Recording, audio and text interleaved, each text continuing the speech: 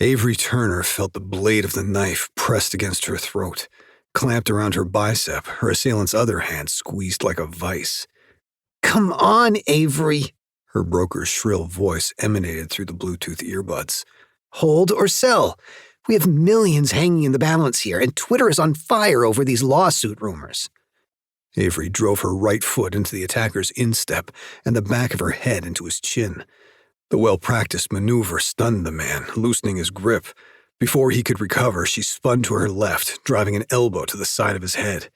Reaching up with her right hand, she grasped onto the wrist holding the knife and twisted.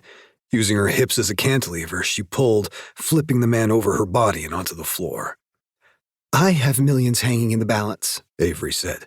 "Not you. And I am holding."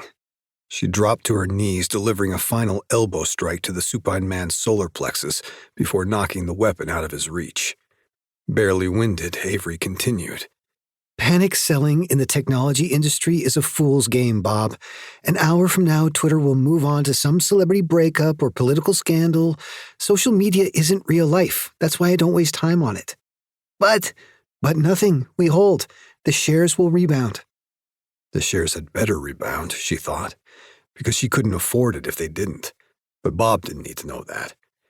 Avery pressed the button behind her ear, disconnecting the call before her over-anxious stockbroker could protest further.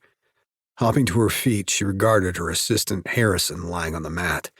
Dressed in gray sweats, a maroon padded vest, and matching sparring helmet, he looked like a cross between the victim of a boxing TKO and a Teenage Mutant Ninja Turtle.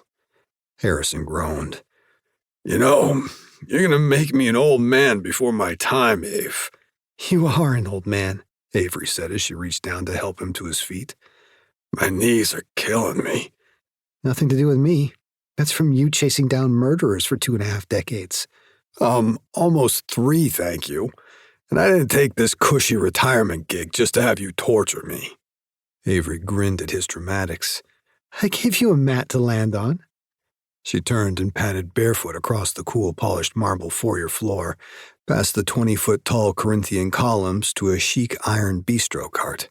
Placed atop the cart by her housekeeper Dorothy was a silver coffee carafe, a bowl of fresh-cut fruit, and several of Harrison's favorite pastries. Though she signed Dorothy's paychecks, Avery wasn't sure the woman could name her favorite pastry, cinnamon sugar croissants, if pressed. But she had made a quick study of expertise in Harrison's favorite foods. Not that he understood the gesture, but it made Avery smile, which she needed after the call with Bob. Avery popped a chunk of watermelon into her mouth before pouring 2 cups of coffee, one black and one with skim milk and Splenda. She handed the black coffee to her sweaty assistant. Harrison plopped down on an iron chair beside the cart. Holding his padded helmet in one hand and coffee in the other, he gestured toward Avery's mug. "My doctor says water is healthier following a workout." "But water doesn't have caffeine," Avery countered. "You've had 3 cups already." Stretching her back, Avery caught a glimpse of Harrison's hand hovering above a raspberry Danish. "Did your doctor have any thoughts on sweets?" He grumbled something unintelligible before grabbing a chunk of honeydew from the bowl. You can teach an old dog, she thought, as she headed back to the mat to begin her cool-down routine. "The stock will rebound," Harrison said, grabbing a Danish and pretending not to notice when Avery shook her head. "Let's hope so," she said, "before Bob has a stroke. And since when did you become so market-savvy, Harry?" Avery sat facing a 2-story wall of windows, legs 90 degrees from one another. Reaching one hand over the other, she stretched toward one foot at a time. She gazed through the glass past the perfectly manicured landscape surrounding her sparkling blue Olympic-sized swimming pool to the ocean beyond. The prospect of early retirement and financial independence had been exhilarating initially.